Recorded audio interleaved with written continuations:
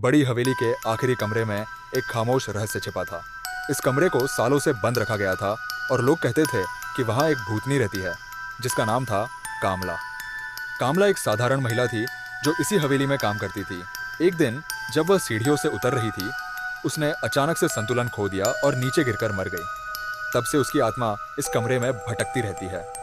रात के समय हवेली के बाकी हिस्सों में सब कुछ सामान्य रहता, परंतु जैसे ही घड़ी 12 बजाती, कमरे से अजीब अजीब आवाजें आने लगती। लोग कहते थे कि कामला का भूत अपनी मौत का बदला लेने के लिए घूमता है।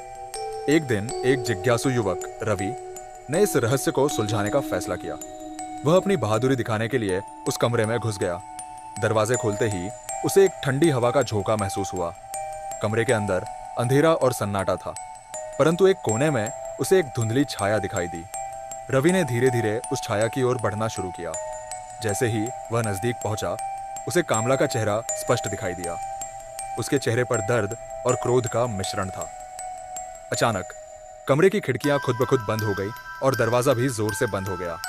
कामला की आत्मा ने रवि को पकड़ लिया और उसे घसीटकर कमरे के अंदर एक कोने में ले गई।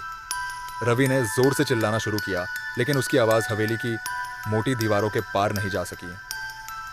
अगले दिन जब लोगों ने कमरे का दरवाजा खोला तो उन्होंने रवि को बेहोश और डरा हुआ पाया। उसके बाद किसी ने भी उस कमरे में जाने की हिम्मत नहीं की। लोगों ने हवेली को छोड़ दिया और कामला का भूत उस कमरे में हमेशा के लिए कैद हो गया। हवेली अब भी वही खड़ी है, खामोश और वीरान, और लोग दूर से ही उसे देखते हुए डरते हैं।